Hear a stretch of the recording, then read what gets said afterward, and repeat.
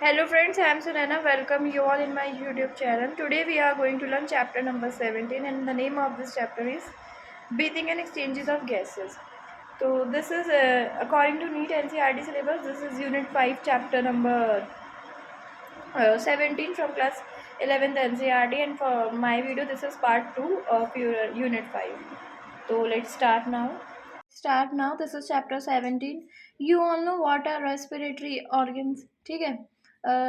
जो ह्यूमन्स है उसमें लंग्स है, रेस्पिरेटरी ऑर्गन्स है, और एनिमल्स में कैसे रेस्पिरायर होता है. We are going to learn in this chapter. Okay. First of all the simple and basic point is that जो O2 है और जो CO2 है, इन्हीं दोनों के बीच में रेस्पायर होता है. तो this is are the mechanism for breathing and exchange of gases. So let's start now from respiratory organs. This mechanism of breathing vary among different groups of animal, depend mainly in their habitats and level of organizations. जैसे lower इंटरवर्टिब्रेट्स जैसे स्पॉन्जीज, कॉलंट्रियार्ड, फ्लैटबॉम्स, ये O2 और CO2 को कैसे exchange करते हैं? Simple diffusion से. कैसे? Over their entire body. लेकिन वही हम अर्थवॉर्म्स को देखें तो ये क्या यूज़ करते हैं? मोस्किटोकाइल और इंसेक्ट्स, इनका नेटवर्क ऑफ ट्यूब्स होता है जिससे ये रेस्पायर करते हैं, जिसे क्या बोलते हैं? ट्रैकियल ट्यूब्स बोलते हैं.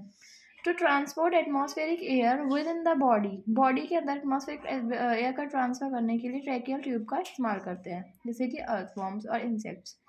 Next, special vascularised structures called gills. Vascularised structures होते हैं जिन्हें गिल्स बोलते हैं. इन्हें क्या बोलते हैं? ब्रैंकियल रेस्पिरेशन बोलते हैं. ठीक है. Are use by most of the, कैसे यूज होता है? ये कौन रेस्पायर करता है through gills? Aquatic arthropods and molluscs. Whereas vascularised bags जैसे कि लंग्स पल्मोनरी रेस्पिरेशन कहलाते हैं. ये कौन यूज करता है? टेरेस्ट्रियल फॉर्म्स, जो टेरेस्ट्रियल एनिमल्स होते हैं. ठीक है. For the exchange of gases among vertebrates fishes use gills, whereas amphibians, reptiles, birds and mammals respire through lungs. Okay. लेकिन जो एम्फीबियंस लाइक फ्रॉग्स ये रेस्पायर करते हैं अपनी स्किन के थ्रू. तो ये कौन सा रेस्पिरेशन है? It is cutaneous respiration. Now हम देखेंगे कि ह्यूमन बींग्स में रेस्पिरेटरी सिस्टम कैसे वर्क करता है. What are the mechanism, what are the points and the functions that carries this system in human body. तो first of all we have a pair of external nostrils. External nostrils का pair होते हैं. Next, above the upper lips हमारे nasal chamber through the nasal passage. Nasal passage कहाँ open होता है? हमारी फेरेनेक्स. अब फेरेनेक्स क्या है? पोर्शन है जो किसके लिए कॉमन है? फॉर फूड एंड एयर के लिए कॉमन पोर्शन है फेरेनेक्स. जो फेरेनेक्स है वो किसके थ्रू ओपन होता है? Larynx region. कहाँ पर? ट्रैकिया में. लैरिंक्स क्या है? कार्टिलेजियस बॉक्स है जो क्या करता है? साउंड प्रोडक्शन में हेल्प करता है, इसीलिए से साउंड बॉक्स भी बोलते हैं. ड्यूरिंग सॉलोइंग ग्लॉटिस के वक्त क्या होता है? जब हम खाना लेते हैं अंदर जो ग्लॉटिस होती है सॉलन हो जाती है, उसमें क्या होता है? To be covered thin elastic cartilaginous flap. तो जो हमारा फूड पाइप होता है किससे कनेक्ट हो जाता है? विंड पाइप किससे कलेक्ट कवर्ड हो जाता है? फ्लैप की मदद से, जिसे क्या एपिग्लॉटिस बोलते हैं. ये क्या करता है? एंट्री ऑफ फूड को रोकता है, किसमें? लैरिंक्स में जाने के लिए, यानी कि हमारे विंड पाइप या साउंड बॉक्स में जाने के. ट्रैकिया क्या है? स्ट्रेट ट्यूब है trending to the mid thoracic cavity. ठीक है. बीच बीच स्ट्रेट ट्यूब है जो थोरेसिक कैविटी में, विच डिवाइड, जो किस में डिवाइड होती है? Thoracic level vertebra. राइट और लेफ्ट प्राइमरी ब्रोनकाई में डिवाइड होती है, यानी इस तरीके. This is trachea and this is divided into this left and right bronchi. जो ब्रोनकाई होती है क्या है? Undergoes repeated division. Repeat division होती है, क्या फॉर्म करती है? सेकेंडरी और टर्शरी ब्रोनकाई फॉर्म करती है, जिसे ब्रोनकलीस बोलते हैं. ये कैसे एंड होती है? टर्मिनल ब्रोनकलीस से. जो ट्रैकिया प्राइमरी, सेकेंडरी और टर्शरी ब्रोनकाई होती है, इनिशियली ब्रोनकली सपोर्टेड होती है इनकम्प्लीट कार्टिलेजियस रिंग से. ठीक है. कार्टिलेजियस रिंग्स अभी हम देखेंगे. ईच टर्मिनल ब्रोनकाई, हर एक bronchi give rise to number of very thin irregular walled vascularised bag structure call alveoli. तो ईच टर्मिनल ब्रोनकाई किसी structure vascularised bag like structure को फॉर्म कराती है, एल्वॉयले को. जो ब्रांचिंग ऑफ नेटवर्क ब्रोनकाई या ब्रोनक्लीज और एल्वॉयली की ब्रांचिंग होती है, कंप्राइज होती है ना लंग्स. जैसे कि हमारे पास दो लंग्स से कवर्ड होते हैं डबल लेयर प्लूरिया से. प्लूरिया क्या करता है? ये प्लूरल फ्लूइड बिटवीन दैम होता है. किसमें होता है? लंग्स के बीच में प्लूरल फ्लूइड होता है. क्या ये करता है? ये फ्रिक्शन को रिड्यूस करता है lung on the lung surface. Lung surface पे फ्रिक्शन ना हो उस चीज़ को रिड्यूस करता है. कौन? Pleural fluid. The outer pleural membrane is in close contact with thoracic chamber. जो प्लूरल मेम्ब्रेन होता है किसके कॉन्टैक्ट में होती है? थोरेसिक चैम्बर की. Okay. Whereas the inner pleural membrane, जो अंदर वाली प्लूरल मेम्ब्रेन होती है किसके कांटेक्ट में होती है? Lung surface. जो पार्ट होता है stating with the external nostrils. हमारे नॉस्ट्रल से जब स्टार्ट होता है तो जो टर्मिनल ब्रोंकाई क्या कॉन्स्टिट्यूट करता है, part where is the alveoli and the duct. जो एल्वोयलर डक्ट होती है वो क्या फॉर्म करती है, रेस्पिरेटरी और exchange part of respiratory system, यानी O2 और C2 का एक्सचेंज पार्ट। जो कंडक्टेड पार्ट होता है क्या करता है, एटमॉस्फेरिक को एयर को ट्रांसफर करता है एल्वोयले में और क्लियर करता है from foreign particle. Foreign particle बाहर के जितने भी बैक्टीरिया डस्ट होते हैं उससे क्लियर करके एल्वोयले में ट्रांसफर करता है। जो humidifies and also brings the air to the temperature, मतलब बॉडी के टेम्परेचर अकॉर्डिंग ही एयर को बनाता है। Exchange part is the site of actual diffusion. किसका एक्सचेंज होता है, O2 यानी ऑक्सीजन और CO2 कार्बन डाइऑक्साइड का। कहाँ पर एक्सचेंज होता है, ब्लड और एटमॉस्फेयर की एयर में। जो लंग्स होते हैं कहाँ से सिचुएटेड है, हमारे थोरेसिक चैम्बर में, which is also called thoracic cavity, which is anatomically air tight chamber. Air tight chamber है जो थोरेसिक चैम्बर है वो कैसे बना है, डॉर्जली वर्टेब्रल कॉलम से बना है, वर्टिकली बाय द स्टर्नम से कनेक्ट है, कवर्ड है, लेटरली बाय द रिब्स और laterally ribs and on the lower side of dome shaped diaphragm. ठीक है, डोम शेप यानी इस टाइप का डोम शेप हमारा कवर्ड है हमारा लंग्स। ठीक है, ओके, डोम शेप्ड डायाफ्राम। अब क्या होता है, वेंट्रली जो sternum, laterally ribs and lower side dome shape diaphragm. जो एनाटॉमिकली सेटअप होता है लंग्स का in thoracic in such that any change in the volume of the thoracic cavity reflected in the lung pulmonary cavity।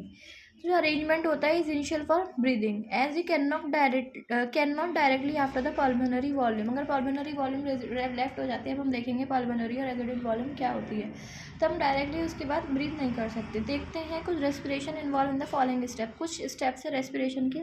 Now let's see breathing. और जो pulmonary ventilation होता है by which atmospheric air is drawn in and, जो atmospheric air यानी O2 अंदर आती है और CO2 रिच एल्वोयलर रिलीज आउट होती है, तो ये ब्रीदिंग और पल्मोनरी वेंटिलेशन होता है। ठीक है, डिफ्यूजन किसका होता है, O2 और CO2 का अक्रॉस द किसमें, एल्वोयलर मेम्ब्रेन में।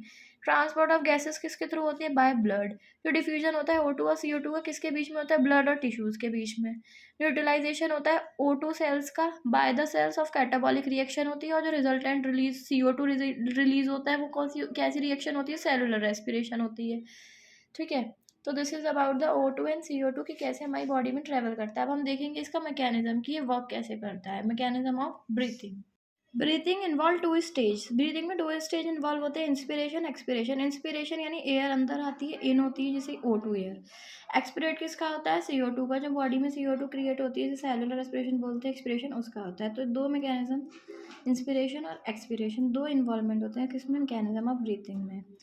ठीक है, the movement of air into and out of the lungs is carried by creating the pressure gradient between the lungs and the atmospheric in can occur if the pressure with in the lungs intra pulmonary pressure. जो lungs के अंदर pressure होता है उसे क्या बोलते हैं, intra pulmonary pressure.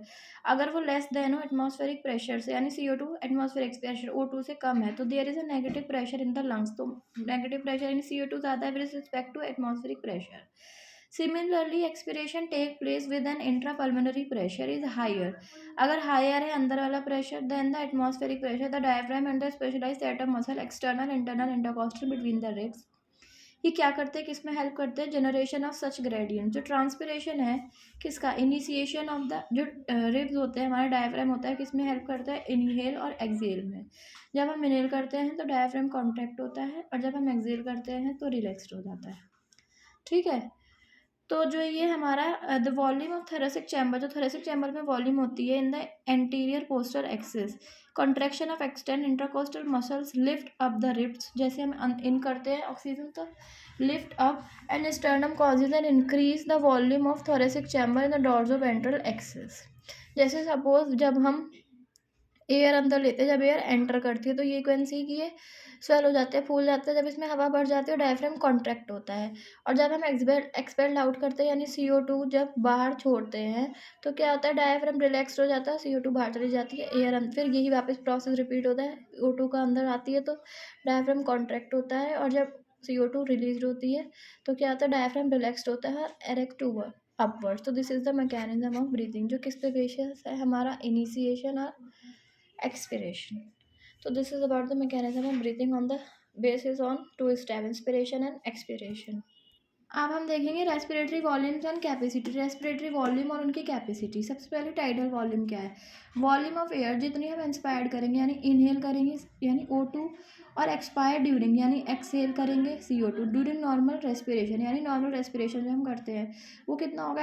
Approx 500 ml होगा। अ हेल्थी मैन कैन रेस्पायर और एक्सपायर अप्रॉक्सीमेटली, एक हेल्थी पर्सन इनहेल और एक्सहेल कर सकता है अप्रॉक्सीमेटली कितना? 6000 to 8000 ml ऑफ एयर पर मिनट। एक मिनट में 6000 से लेकर 8000 ml एक्सहेल और इनहेल कर सकता है एक हेल्थी पर्सन। तो this is tidal volume. Next आती है हमारी इंस्पिरेटरी रिजर्व वॉल्यूम यानी IRV। ये क्या है? एडिशनल वॉल्यूम ऑफ एयर है। A person can inspire by, जितना फोर्सेबल इंस्पिरेशन, मतलब कई बार जब हम एक्सहेल और इनहेल करते हैं, जैसे कि हम प्राणायाम वगैरह करते हैं, मॉर्निंग एक्सरसाइज और योगा, तो उसमें जितनी ज़्यादा से ज़्यादा हम इनहेल करते हैं वॉल्यूम ऐड हो जाती है हमारी नॉर्मल वाली इनहेल से। तो एवरेज होती है कितना? 2500 ml से लेकर 3000 ml तक होती है ये इसकी कैपेसिटी। एक्सपिरेटरी रिजर्व वॉल्यूम की कितनी ज़्यादा हम CO2 बाहर छोड़ रहे हैं, एक्सपिर मतलब additional volume of air normal से थोड़ी ज़्यादा, कितना पर्सन एक्सपायर कर सकता है थोड़ा फोर्सिबल एक्सपिरेशन। इसका एवरेज कितना होता है? 1000 to 1100 ml पर मिनट। दिस इज अबाउट पर मिनट। नेक्स्ट आती है रेजिडुअल वॉल्यूम यानी RV, volume of air remaining in the lung. जो वॉल्यूम हमारे लंग्स में रह जाती है इवन आफ्टर, जब हम फोर्सफुल एक्सपिरेशन कर देते हैं उसके बाद भी कुछ CO2 रह जाती है, तो एवरेज कितनी होती है? 1100 ml से लेकर 1200 ml तक होती है। By adding up few respiratory volume described above, one can derive various pulmonary capacity which can be used in clinical diagnosis. अब नेक्स्ट हमारी इंस्पिरेटरी कैपेसिटी यानी IC, जितनी भी total volume of air person inspire करता है after normal expiration, मतलब exhale करने के बाद जितनी वो इंस्पायर कर रहा है, ये क्या इंक्लूड करती है? हमारी इंस्पिरेटरी कैपेसिटी। ये क्या? TV प्लस IRV यानी tidal volume plus IRV। Expiratory यानी EC, total volume of air person can expire, जितनी एक्सपायर कर रहा है यानी कि छोड़ रहा है CO2 किसके? नॉर्मल इंस्पिरेशन, मतलब नॉर्मल इंस्पिरेशन O2 इनहेल करने के बाद। ये क्या इंक्लूड करती है? टाइडल वॉल्यूम प्लस ER यानी एक्सपिरेटरी कैपेसिटी।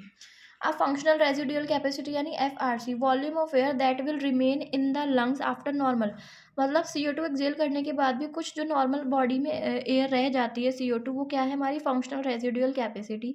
ये क्या इंक्लूड करती है? हमारी ERV यानी कि एक्सपिरेटरी कैपेसिटी और हमारी RV residual volume. Next vital capacity क्या है? Maximum volume of air person can breathe in after a force expiration, मतलब फोर्स एक्सपिरेशन एक्सहेल करने के बाद जितनी वो ब्रीथ इन कर रहा है वो हमारी वाइटल कैपेसिटी है। दिस इंक्लूड ERV, TV यानी tidal volume, IRV inspiratory reserve volume, और the maximum volume of air person can breathe after a force inspiration. Inspiration मतलब कि maximum volume of air person expire करने के बाद कितनी inhale कर रहा है और इनहेल करने के बाद कितनी फोर्सफुल एक्सपायर कर रहा है, तो वो हमारा क्या कहलाता है? Vital capacity. Total lung capacity यानी TLV, जितनी भी टोटल लंग कैपेसिटी होती है वॉल्यूम ऑफ एयर की recommended in the lungs and the end of forceful inspiration, जितना हम ज़्यादा से ज़्यादा इनहेल कर रहे हैं यानी O2 अंदर ले रहे हैं, ये क्या इंक्लूड करता है? हमारा residual volume, ERV tidal volume and IRV inspiratory reserve volume और वाइटल कैपेसिटी रेजिडुअल, सबका फंक्शनल क्या है? हमारा total lung capacity. This is about the some respiratory capacities, and this terms is important for NEET exam or in 12th exam also, because these are the important कि कितनी हम respire और कितनी expire करने के बाद जो हमारी एयर वॉल्यूम ऑफ एयर हमारी लंग्स में बचती है, we divided into in this forms. Okay, disorders of respiratory system. First disorder है अस्थमा। ये कैसी है और इसे क्या दिक्कत होती है? डिफिकल्टी होती है इसमें सांस लेने में, और इसके क्या सिम्टम्स है, क्यों होती है? ये इन्फ्लामेशन की वजह से होती है, जब ब्रोंकाइटिस में वीजिंग इन्फ्लामेशन हो जाता है, ठीक है। एम्फीसाइमा क्या होता है? ये क्रियोनिक डिसऑर्डर है जिसमें एल्वेओलर बहुत डैमेज हो जाती है और रेस्पिरेटरी सर्फेस डिक्रीज हो जाता है। ये मेजर कॉज इसका क्या है? Cigarette smoking. नेक्स्ट डिसीज है हमारी ऑक्यूपेशनल रेस्पिरेटरी डिसऑर्डर्स। क्या है? ये कुछ इंडस्ट्रीज डिसऑर्डर है। कैसे? स्पेशली दोज इन्वॉल्विंग, जो लोग ग्राइंडिंग में इन्वॉल्व, मतलब ऐसी इंडस्ट्री जहाँ पर स्टोन वगैरह धूल मिट्टी का काम ज़्यादा होता हो, तो उस कंडीशन में लोगों को ये दिक्कत होती है। So much dust is produce that defence mechanism of the, जब स्टोन ब्रेकिंग ग्राइंडिंग ऐसी इंडस्ट्री में डस्ट प्रोड्यूस होता है जिसकी वजह से जो बॉडी का डिफेंस मैकेनिज्म होता है, बैक्टीरिया से लड़ने की जो शक्ति होती है, इम्यूनिटी पावर होती है, जो सांस लेने की क्षमता होती है, वो कैन नॉट फुली, वो पूरी तरीके से कोप अप नहीं कर पाती जितनी बॉडी को नीड्स चाहिए उसके अकॉर्डिंग। तो ज़्यादा टाइम तक ऐसी जगहों पे बने रहना यानी long exposure can give rise to inflammation, जैसे इन्फ्लामेशन होगा और अस्थमा की दिक्कत होगी. Leading to fibrosis, proliferation of fibrous tissue, fibrous tissues में प्रोलिफरेशन होगा, इसे क्या बोलते हैं, fibrosis. And thus causing serious lung, जैसे लंग डैमेज हो जाएगा. वर्कर्स इन सच इंडस्ट्री, तो इनके लिए प्रोटेक्टिव मास्क इन्हें पहनने चाहिए to avoid this occupational respiratory disorders. Okay, so this is about the chapter, and this is now the chapter is complete. I hope you get something. If you have any doubt and any queries related to this chapter, please inform me in the comment section. Thank you.